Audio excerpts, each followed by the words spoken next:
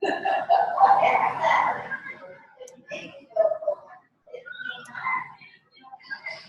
right, so good evening. It's 8 o'clock. It's Tiffany. I am streaming now to Facebook. Anita's going to be joining us shortly. She will be a tad bit late, but you know what? She will be on. So no girls tonight. They're with their dad. I'm hanging out in the hotel lobby, so it's all good. And I got glasses on, so we're even better. A couple of things going on, so I'll give you that information before we get started. I want to make sure we're live on Facebook, so I want to check that at the same time here. And we are, so let me do my whole, like, I got to share it out, right? We go through this sequence every night. You guys should all be familiar with this, and we'll get right into the content. It'll be super exciting. Invite the group.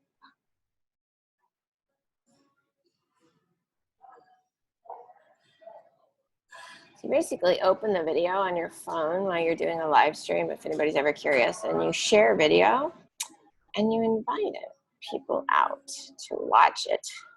It's pretty simple, actually. It just takes a minute, and you need 2 devices. So I'm curious, how has the week been for you? Have you found some peace in the back to schoolness? Have you found some peace in, hey Andrea, have you found some peace in finding a new rhythm, a new pattern, getting back to where you want to be getting? And tonight we're going to be talking about fitting it all in and making your schedule work for you and what you need to make happen. But at the same time, have you found different techniques, right? So I posted this morning the breathing technique, which is really cool. So it goes like this. You put your tongue, hey Bonnie, you put your tongue on the inside of your teeth and you breathe in for 4 counts. Then you hold your breath for 7 and then you breathe out for 8. So I'll show you this and it'll center us and then we'll kind of get into the content. So 1, 2, 3, 4, hold.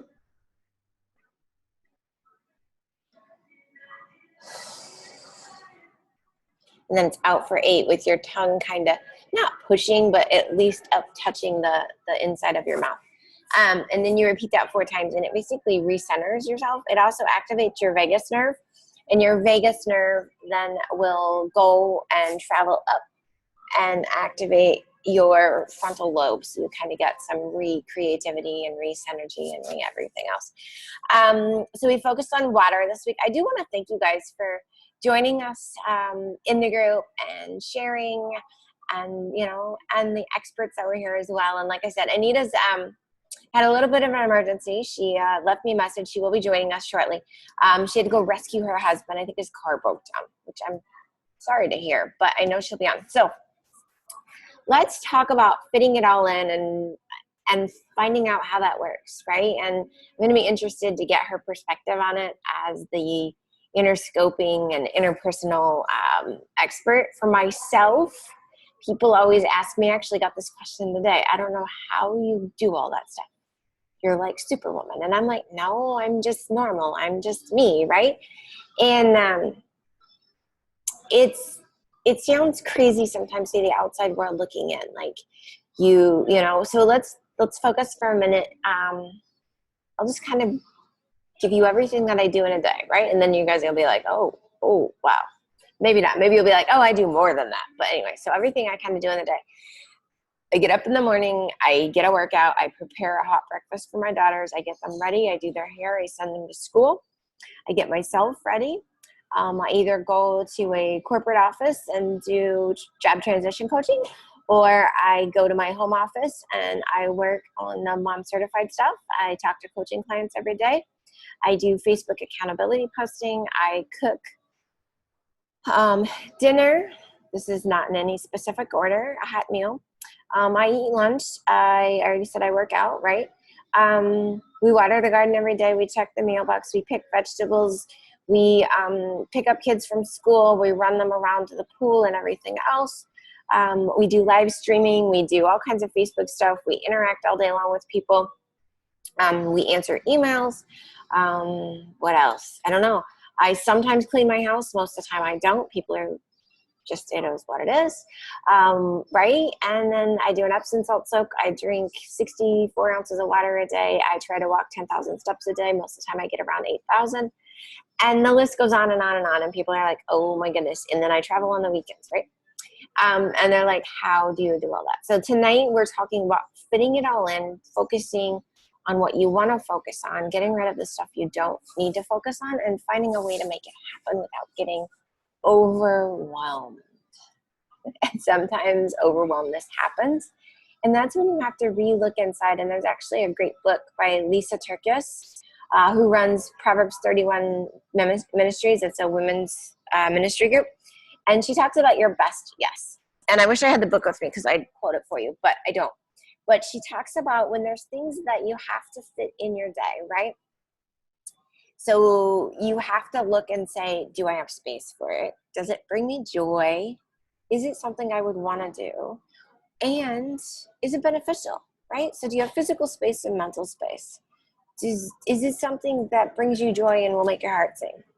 Is it something you would want to do to begin with, or are you just saying yes because you want to please somebody? And then the fourth thing is, I forgot. Sorry. But it's so important to look at those things. The other thing to think is when you take something new on, you have to let something go. You just can't keep adding stuff to your plate, because then your plate gets too full and it starts to overflow, and then you're way overwhelmed. And that is truly important. I was actually talking to somebody at a corporate building this week, and they said, anytime I add one thing, I give two away. And I was like, oh my gosh, you're never gonna have anything left. And he's like, oh no, we always have plenty of stuff, but this is how I minimize my life. And I thought it was a really great idea, right? No matter if it's physical stuff or it's mental stuff that you bring into your life, or it's additional tasks, right? Take one, give two away. And there's a great exercise. So, and we'll get to that in a minute, but let's talk about some of the things that you do when you're trying to fit it in. And right, so some of the stuff when you're trying to fit stuff in is you say yes, and then all of a sudden you think, oh, I can't say yes anymore, I have to tell everybody no because there's no more space in my life, right? Or you decided you're going to take on this clean eating diet, and if you evolve in my life in any way, you know what this is like. And you're like, okay, I'm going to eat clean, but I don't have time to cook any meals. There is Anita. I don't have time to reheat food. I don't have time to make my own breakfast. Hey, Anita, I don't have time for any of this. How am I going to eat clean? And that being said, when you decide that you want to start eating a clean diet, you have to plan, you have to prepare. It's not like you can drive through McDonald's anymore. So part of that is deciding that you have to make time to go to the grocery store. You have to make time to clean the vegetables. You have to make time to prepare the food. And one of the tips and the tricks and the things that I have learned, she's joining.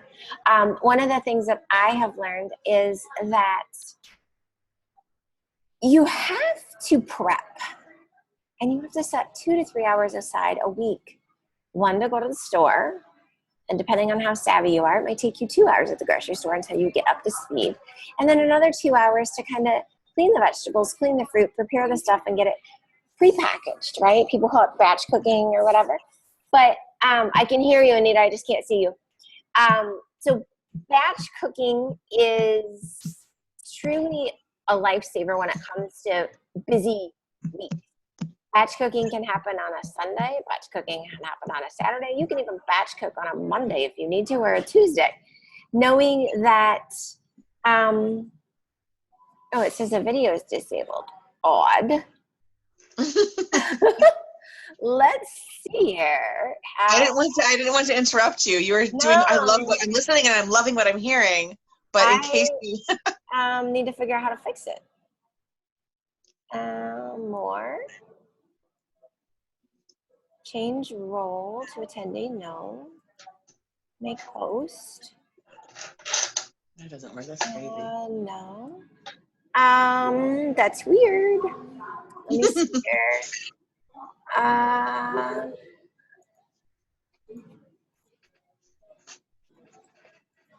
is so strange. Video settings. No, that's not it there. I'm sorry, people, as I'm like randomly scrolling around on my screen. So I'll keep talking while we try to figure out how to enable the video. Oh, here we go. Let's see what happens. Can you enable it now? At the bottom? Let's see. There we go. Perfect. Hello. Hello. All right, I'm sorry. Keep going. You do your thing. I'm so sorry. So I was talking about batch cooking, right? And picking a day so you have 2 hours. Now, when you batch cook, part of fitting it all in for us and our family is giving each of my kids a task. And I was explaining this to Jen Kofel recently. And I said, I have a daughter that is very precise and likes perfection, and she's a little bit on the OCD side. So she cuts all the vegetables. That's just what she does. I trust her with a big old butcher knife. I know she's 4, but she's a slicer, and she's never cut herself. And so I hand her a Sudoku and a cutting board, and she will cut vegetables for hours with no complaints. And sometimes they're super tiny, but that's okay because she just tries until they're all the same size. So she just keeps cutting. My 6-year-old will make berry salad for us. She knows what she needs. She knows to get a strainer. She gets a measuring cup after she washes it, and she scoops the salad because we mix all the different berries like strawberries, blueberries, raspberries, blackberries, all that together with some grapes. And she'll just scoop it into containers and then put the containers in the fridge, which again makes it easy to fit it into your schedule to have fruit every single day because it's already available. You just grab and go. So batch cooking, you have to plan for it ahead of time, which means you have to give up something else that potentially takes you 2 hours. So for us, that meant about 3 years ago, we decided at home to turn off our cable. And a lot of you are like, oh my gosh, I can't live without Game of Thrones or whatever, right? I get it. I totally get where you're coming from. But I will tell you, we canceled our cable. We have internet at home. And if you really want something, you stream it, you Netflix it. But you do it on your schedule and not on the network schedule, which allows you so much flexibility in making things fit in your day, because then you're not saying at 7 o'clock, I got to be in front of, channel 7 because that's what time my show's on. Nope. You can watch your show whenever you want because you're watching it on replay.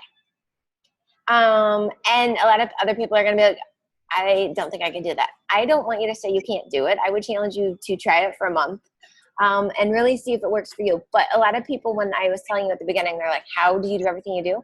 My initial response used to be, I have a nanny. And then I realized that it wasn't having a nanny that got me all this extra time because I was still doing stuff. The nanny was just there to help me with the 3 girls, but I was still going to the park with the nanny. I was still, we still go to the beach with the nanny. The nanny was just a second adult to help. What truly was the game changer for us was getting rid of the television and not answering the phone. And my mom still, it drives her crazy. She has to leave a voicemail and I call her back on my time because it allows me then to focus on one thing. If you do any corporate studying or you do any studying around anything that has to do with process, they tell you that context switching or multitasking, as we like to call it in the mom world, slows you down. Your brain has to switch from right brain to left brain to front brain to back brain, and it's just all this stuff back and forth, and it slows you so much down. So when you can shut off the TV, when you can shut off your phone, when you can get rid of the internet and focus on the one task that you need to do, all this extra space opens up, and you find time to read. You find time to work out for 20 minutes. You find time to go out and sit in your garden for 10 minutes with a water hose and kind of breathe and meditate while you're watering. You just find time to make it all work. So, Anita, I was sharing a little bit about how to make clean eating fit when you joined, and because I hear a lot of people say, I just can't cook, I don't have time for that, or I just don't go to the grocery store anymore. Well, there's a lot of other ways to get around that, like you can have Amazon Fresh and Peapod and all of that. But at the same point, for me, it's like we talked about yesterday, getting rid of the clutter, getting rid of that extra stuff in your life, so that you control your schedule and you make it fit. So, I love it. I think that hearing what you're saying, I love that we had the past two conversations already, because it all does tie into getting it to all fit in. If you've heard what we've talked about in the past, and if you haven't, definitely look at the replay, watch that. And I can say that you said a word about prioritizing, and control. And the thing I see that is so challenging for us as moms is that, I'm going to say this loosely, that we all might look at ourselves as control freaks, because we've got to do this and that and the other, and you've got all these different demands and expectations, and you just want to get it right. But what ends up happening is we're controlling sometimes the wrong things. We're having other things take control over us, and we are battling that level of, like it's almost like a tug of war with certain things that don't really serve us. And so what ends up happening is we're controlling all these things that don't feed our bodies, in terms of, it could be food wise, or it could be just getting the rest that we need. It could be just having a sense of self-control, so that we can actually navigate through our own ocean over to the island that we party at. There's an island there somewhere in our mind that we can party at. There's coconuts and hammocks and great music and lots of fun friends, but we don't get to do that because we're so involved and enmeshed in the tug of war of different controls. So when you were talking about, you said something that I really liked how you said it. I'm probably going to so mess it up. Sorry. But about where you're taking more of the control and not letting not letting Netflix control you, and then let the schedule control you, but you control the schedule. So that's really a wonderful switch, a little switcheroo of the way you use your mindset to change the perspective. And what she's doing is, for her, the perspective is, this is what is a priority for me, so much that she has a belief system. We talked about that in the very first conversation about, one of the things I think is very important for her mindset is to believe in it. So Tiffany believes in it so much that, to someone like us, like I love watching, stuff on Netflix and whatever. So maybe someone like you can't understand it, but what you should understand is that she created a belief system that she can abide by so much that she doesn't need that specific type of cable for her to get her entertainment. She's found other routes to do it, and she can control it so that she could make the things that, like living and living well, a priority. So I think that that's wonderful that you can do that. And I encourage, I think that if I could narrow it down to two really big things, is really think about what your priorities need to be, and consider a sense of self-control. It can be new. You can say, I already have self-control, Anita. I understand that. I do too. But I always want to evolve into a new level of self-control, and that might be involving myself in the needs that I need today. Yeah. And I know for a lot of us, because we just made this flip, right? School started this week for many people. It started Tuesday for a lot. Some people started today. I'm seeing pictures all over Facebook, like first day of school again, dropped my kid at college. So you've got a whole new lifestyle. Whether you've taken a kid to college and you're like, so long, see you later. I'll talk to you at Thanksgiving. No, most parents, when they drop their kid off, are like, oh my goodness.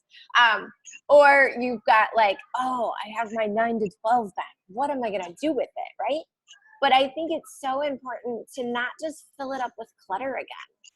Not just fill it up with, watching. My grandma was, bless her heart, she's deceased now, but she was somebody who lived and breathed by her daytime TV shows, to the point where she thought some of those stories, as my mom used to call them, were real. And I would encourage you not to do that. There is so much to live and do and have friendships and relationships and meet people for coffee than to sit there and live in a fake world. And it is about that prioritization. So if you do have those 3 hours that you get back, or you get back, like 2 hours a day or whatever it is, because school has started, or maybe some after school activity has started and you're like, oh, I have 45 minutes to me. Find something that would fill up your soul. Maybe there's a book you've been wanting to read, and you can do that while you're sitting in the parking lot waiting on, t-ball practice or soccer practice or whatever, to fill yourself back up. Because I know for moms, and especially myself, if I'm not refilling my own soul, my own spirit, my own head, then I'm getting just pulled and stretched in so many ways. I'm like that Stretch Armstrong that if you're ever a kid and you stretched him too far, he kind of started oozing. And that's where we end up. We end up being like those oozing moms that are not so fun to be around. So, No. Anita, I am looking for information from you on ways that people can fit in. Like, how do you fit in that mindset piece? How do you create those little pockets to recharge yourself? Do you have ideas? I do. I do. I think about some of the things that I've gone through and what I look for, and I'm going to share that with you as well as I think what can work for most people. But first and foremost, when you think about a mindset in improving your life, just in general, all in general, we could talk about eating and talk about exercise, talk about all sorts of, your mentality has to be in a place that we talked about even yesterday where that, you have to set an intention. You know where you are today, and whatever is going on today is whatever it is. But now you have to start thinking about, how do I want tomorrow to look like? How do I want next year to be? What's my goal? How should I look next year? By next year, what should be done? So when you have that thought of, maybe let's just start with tomorrow. How do I want tomorrow to look like? A lot of times people are going to feel a sense of overwhelm because you've got multiple children and you've got all these demands, and you go to work and your kids are in a really crazy schedule, and maybe you're not feeling so well. Maybe you've got some challenges that are going on. So as we talked about yesterday, you want to really identify what the problems are, what the challenges are. So you know that you want to do something new. You want to refresh your schedule and make it where it counts. And you've got the challenges. Write your challenges down. Get those things out of your system so you could look at it and start navigating. Because I think when we want to fit things in, we don't know what we want to fit in that works first, and we have to start playing a little bit with what we think is a priority and what actually ends up being a priority. And the only way you can do that is start writing everything down to see, you're doing a blueprint here. You're going to be writing a draft of it first to be able to see this is where it is today, and then another draft of this is how it can be tomorrow. And you should simply look at if you want to do this tomorrow, or even if you want to start today, but I would say start tomorrow. Get your journal or a piece of paper, and in the morning, just for the first whole day, write down from the moment you wake up what time it is and what the next task you do throughout the entire day. Like, wake up in the morning at 5:15, 5:30. Then, brush my teeth, have my breakfast at 6, and you just keep going and write it down for the whole day of everything that you had to do. It might seem arduous, but you want to see what you're actually doing throughout the day. If you want to go as far as documenting your whole week for the sake of understanding your week, then you should do it. Because what will happen is when you see everything that you've written down, all your tasks, because sometimes your brain just you go through a brain gas, maybe you go through the sense of like numbingness, you just go through the motions, you have no idea what you're really doing. Look at what you're doing. Then you can actually go back and start eliminating what isn't necessary. Because those things, some things you can look at it and be honest with yourself and say, I really didn't need to do that. And now you can start shifting things around, and that's where you can start making space for, in the terms of the mindset, when you adjust it so that it has a better flow. Like, I could actually do the thing I do down here up here, and I could eliminate this. This can be done on another day. All of a sudden, you're clearing space. All of a sudden, your brain starts feeling really relieved because it's been holding all of these different things together. So that's what I would say, to keep it, I could talk about a lot of different things, but one of the things I think is important to start with is to start creating a list to see what it is that you're doing, your actions throughout the day. And then after that, you can start developing a better action plan by eliminating and reprioritizing the things that you've got going on. So I'm curious, we've got people watching live on Facebook. If you guys can comment, what are some of the things that you want to fit in, but you have trouble finding time to put in there? So comment with those, and we'll pull those, and we'll start talking about that as well. The other thing I hear a lot of moms say is fitness. How do I fit in my fitness, right? Oh, And I was one of them. You were one of them. So I'm going to tell you how I solved it, and then Anita, I want you to share how you solved that for yourself. Uh-huh. I have two strategies, because depending on the day, one of them may not work. So one of my strategies is to get up at 5:45 do a 30-minute workout before I wake up my girls. Now, I say that doesn't always work because sometimes I hit the snooze button even though I shouldn't. And sometimes my children wake up before me because they have had a rough night and that doesn't work. So then the alternative I have to ensure that I get a fitness workout in is to do like a 4:30 in the afternoon workout with them.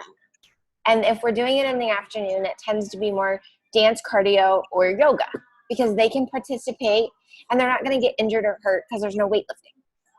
But those were my solutions, and then I still ensure that I get my fitness in at least 4 days a week. So how did you solve that problem for yourself? So my funny story is that my whole life, I have claimed myself to be a night owl. I'm someone that would go to bed typically at around 1 or 2 o'clock in the morning. So even with my daughter who goes to bed, at 8:30, 9 o'clock at night, summertime is a different story, but school, she goes to bed around that time. I used to wait till she went to bed, until my husband went to bed, and then I just did work and entertained myself through Facebook and looked at everything and did my research and read through things and just did all the work I could do because I felt at the time that's all the time I had was when everybody went to bed. I mean, this is my 2, but in my home, it feels like there's 7 people in the house. So when they go to bed, I'm like, this is my quiet space and I don't have to worry about a thing. During the daytime, I always feel a little sense of what's next, what's the next schedule. I'm meeting friends, I'm networking with people and lots of different things. And when you're a solopreneur, you have to do a lot on your own. So I thought I said I was a night owl. I've been a night owl. I've always loved to, I don't like to wake up to see the sun rise. I want to see the sun set. That's the kind of woman I was. Well, let me tell you something. I have to say, I have to give credit to my eating had changed, right? I mentioned before in another talk that I had gotten involved with a detox last year, started clean eating, and this eating regimen has really changed my life. And in eating well, I ended up having a lot of great energy without the coffee. And this past April, I started waking up unbeknownst to me at like 5:30, 6 o'clock in the morning. I just wake up. I'd be like, I'm up. I try to close my eyes and just stay closed. And then it wouldn't, I couldn't go to bed. My brain was awake and I couldn't go to bed. And for a few weeks, this was happening. And all of a sudden I said to myself one of these days, I said, well, why don't I just use this time to go to the gym that I have a membership to that's a 24-hour gym place and everybody that's really in shape goes early in the morning? Why don't I do it?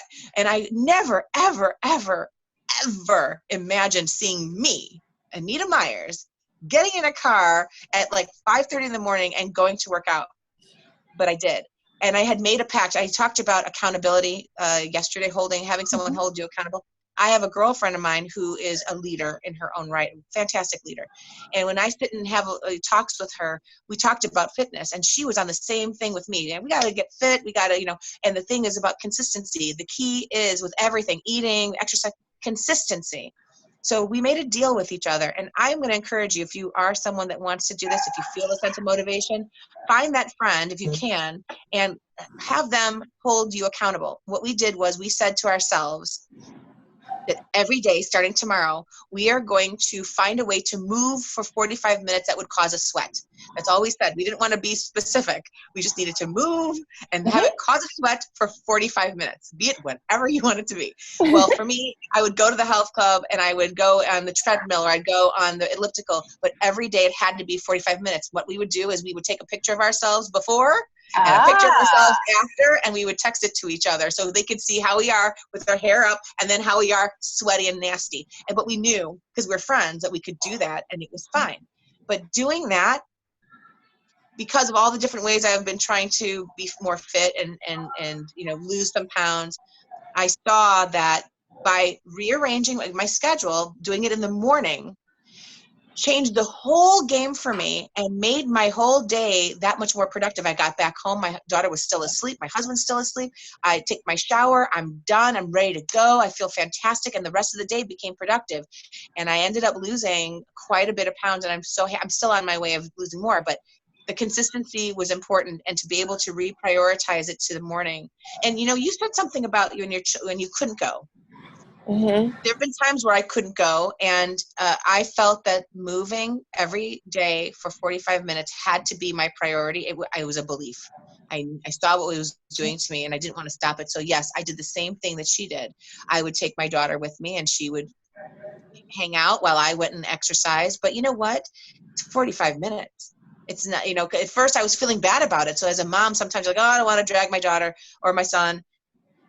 You're not dragging them for the entire day at the gym or wherever you go. They're actually seeing you take care of yourself, and they're going to eventually learn about how important it is for you to take care of yourself. And you want them to do that. My mom goes to the health club. One day I'm going to go to the health club. One day I'm going to work out. So I do the same thing, but you got to make it where you can fit it in at some point, and not feel like you have to be held on a specific time frame, because sometimes life gives you some curveballs and you've got to get around it. Absolutely. And I love what you were saying about how you feel when you do it in the morning. Because even if you only get 20 minutes of physical activity, it creates the growth hormones that you need in your brain for your cells to start regenerating and regrowing every day. And then if you're sweating, like you said, Anita, you're detoxing through the sweat. You're letting out all that excess stuff. So then you're feeling even better. And you're activating all that serotonin. I mean, it's just... You're good getting stuff everywhere. Yeah. It's amazing. So if you have, Bonnie's actually watching this, so I'm going to talk a little bit about Bonnie. I like talking about Bonnie. Bonnie's okay with this.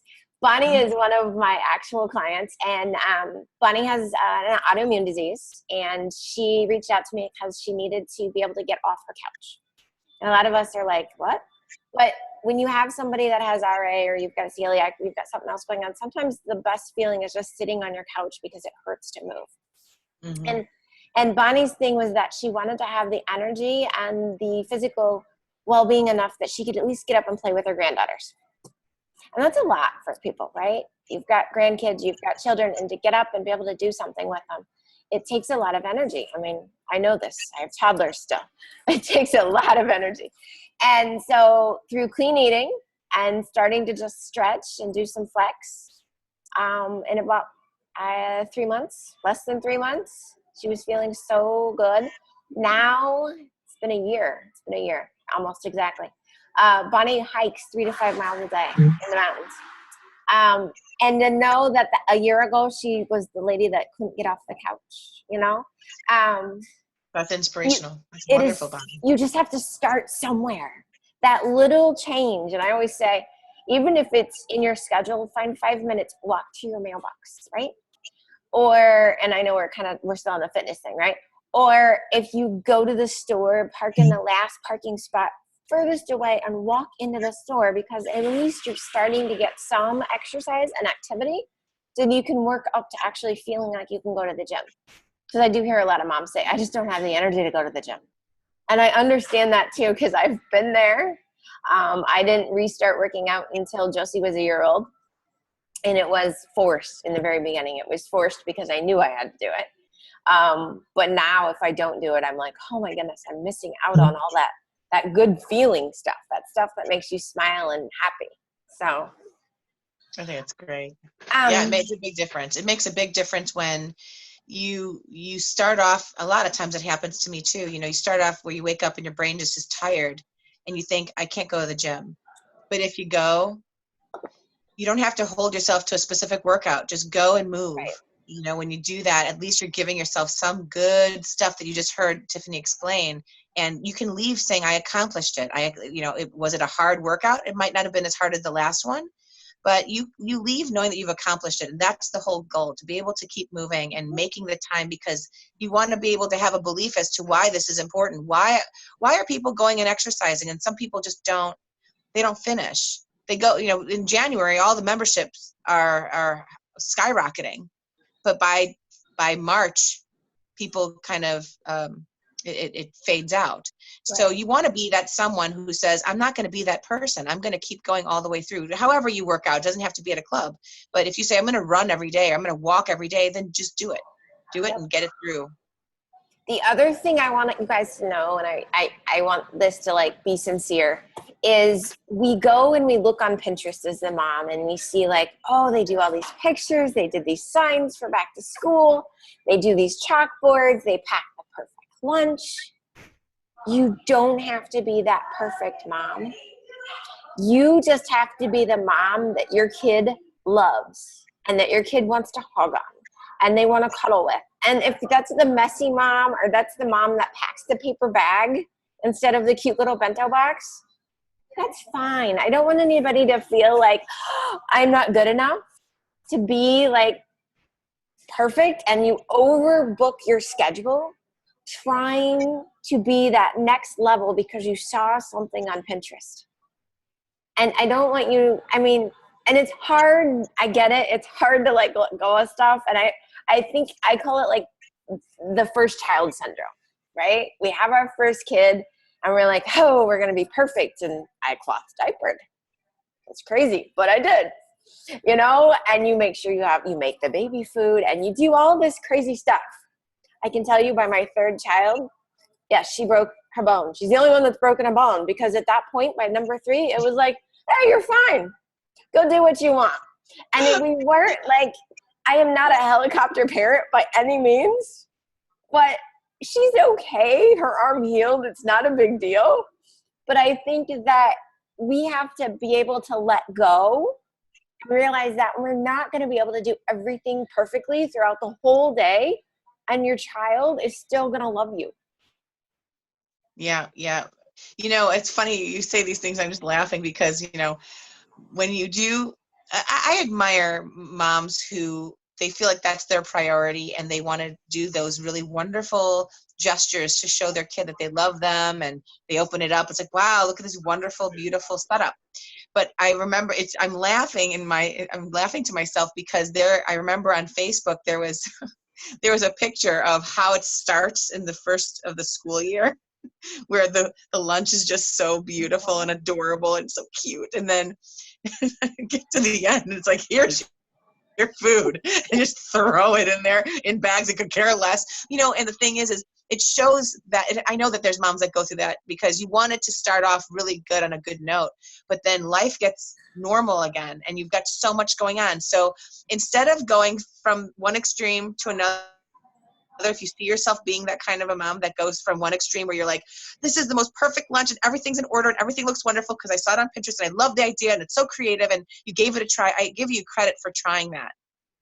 But you want to settle yourself into maybe a happy medium where you want to see what really fits for the kind of personality you have and find the thing that you can truly see yourself being consistent with. And, you know, listen, you can do those Pinterest things and maybe it's their birthday or maybe it's like a special day that you want to do something. It's a holiday that the school doesn't celebrate, you know, or just because once in a blue, once a month. I can see that happening. But get yourself back to what can be consistently okay. I think that's the issue that sometimes as moms, we want to, you know, a lot of people want to keep up with the Joneses, you know, if you will. Everybody wants to have that next thing and be better. And it's so hard with Pinterest because darn it, there's such cute ideas. But you know what? I do not have the time. So you know what you do?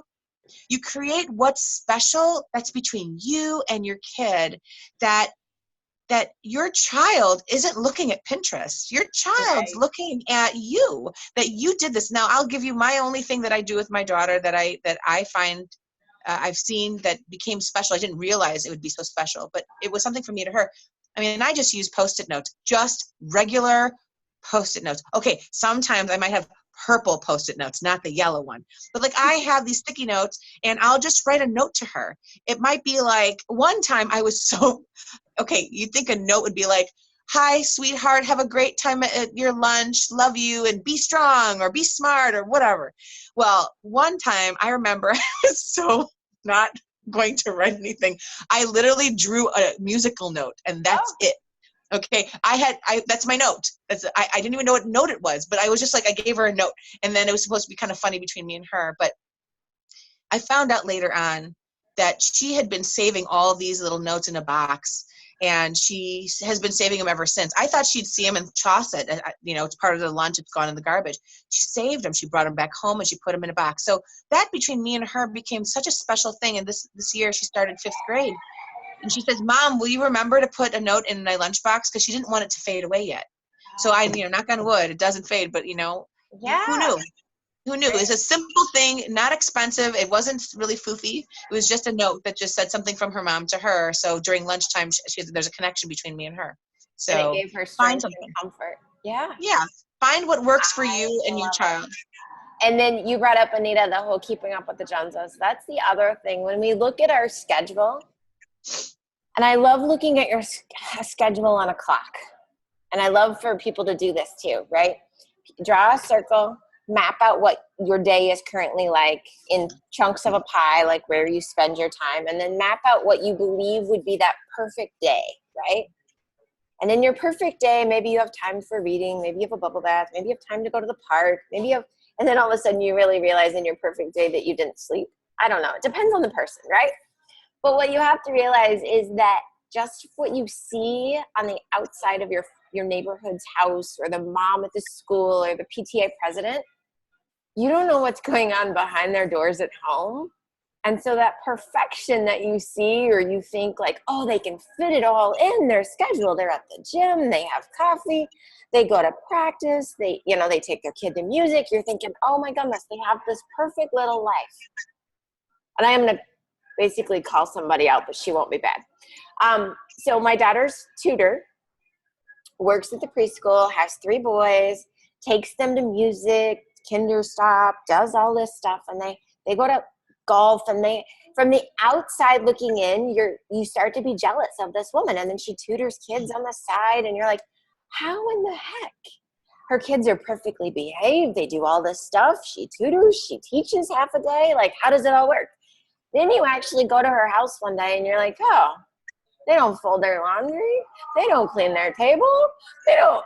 That's how you fit it in. You pick your priorities, like we've been saying, and maybe those priorities are not to have the perfect house, to live in a little bit of whatever happened in the morning is still there, so that you can get the activities that your kids want. I mean, she's got a son that wants to be a golf pro. So for them to be able to fit that in is really cool, but they had to sacrifice something else. And that Right. kind of the laundry. So they don't fold their laundry. That was So again, it's kind of picking to you what is most important so that you can be the best mom for your child. I love it. I think that's great because one of the hardest things that a mom has is to be able to say no to a chore, no to something like, I'm not going to do the dishes. Okay. I'm not going to vacuum today. You know what? I'm not going to pick up after the kids. Whatever the story of the no is, we feel like everything has to look a certain way. So when you really see, if you are able to let go of something, to be able to say no doesn't mean forever. It just means for that day. And it's going to mean you're going to have to pick up on it the next day. So if you make a decision to, change the way that you're looking at how you're handling your home, if your home is, I know that there's moms out there who feel that their home has to look a certain way and it feels really good for them, then that means that, however you are going to maintain your environment and the people around it and the way that you eat and everything else, nothing should cause you a sense of anxiety. If you see that you want your home to look a certain way and you are in a high level of anxiety to keep it that way, then you want to start looking at how to reprioritize and look at your structure, because everything that you should be doing should keep you in a happy place. You should be in a happy state of mind. So if you're happy to pick up things and put them away because it pleases you, that's a good thing. But if you're in an anxiety level, then you might want to restructure how you're doing things and maybe let go and say, today, I know for me, I'm just saying, I don't like doing dishes. I don't like doing dishes. I don't. But the thing is sometimes I have to do the dishes. My husband does the dishes and sometimes he doesn't. And then sometimes neither of us do them. And then we see those dishes and it makes me like, oh my gosh, but I don't let myself get high anxiety if the dishes aren't done, meaning like if it's in there and it's not done, where someone else might say, oh, no, we can't have any dishes in the sink. So you need to really get to know who you are, what works, and what you're willing to let go of. So for me, I can say no to the dishes and I'm okay with it because I don't want to do it. However, I'm not going to have a full protest. I will go in there and I'll still do them when I need to, because whatever happens, my state of mind needs to be at a happy default. So I think that what you said was really helpful, because I think sometimes that does the way people might think of how they allow things and how they don't allow things in the home in terms of cleaning. Uh, and you're talking about keeping up with the Joneses, that what you see on the outside isn't always what it is. And if they are looking wonderful on the outside, they might have a lot of struggle somewhere else. So really focus on who you are and how you really want to be, and just go after that and keep it at a happy default. And I think you're going to do really well. Yeah.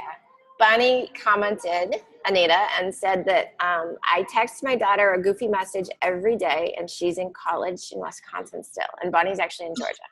So I your love daughter that. and you can hang on to it forever. Yes, that's beautiful. And the fact that you do that is so special. You know, those are little simple things that didn't require a whole lot of pomp and circumstance, and it just hits the heart directly. And one day your daughter, you know, as older as she gets, you know, if she has family of her own kids and whatnot, she's going to look back and say, yeah, my mom always texts me. You know, it's beautiful. I love that you do that.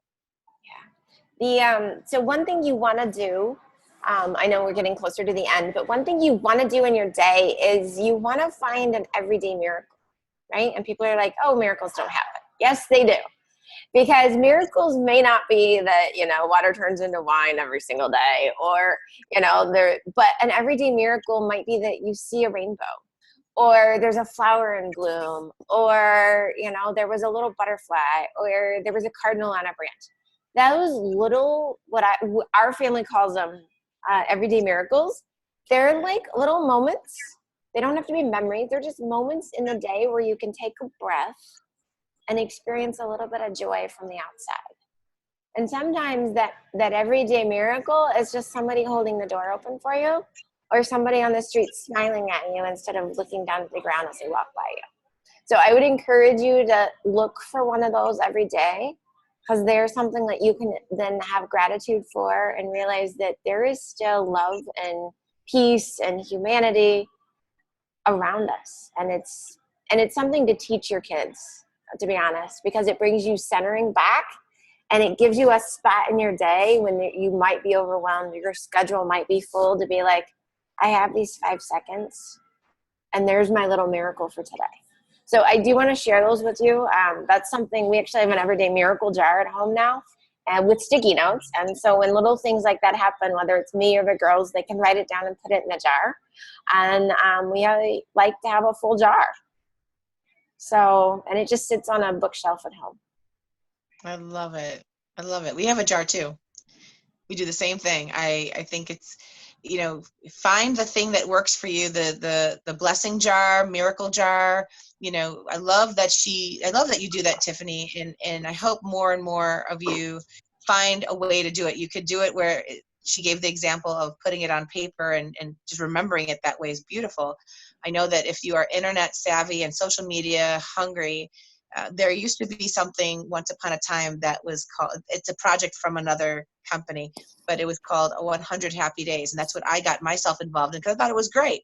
And for 100 days, if whatever you saw on the day that brought some sense of joy, you would take the picture. It was an Instagram project. Take the picture and put a hashtag and put, 100 happy days.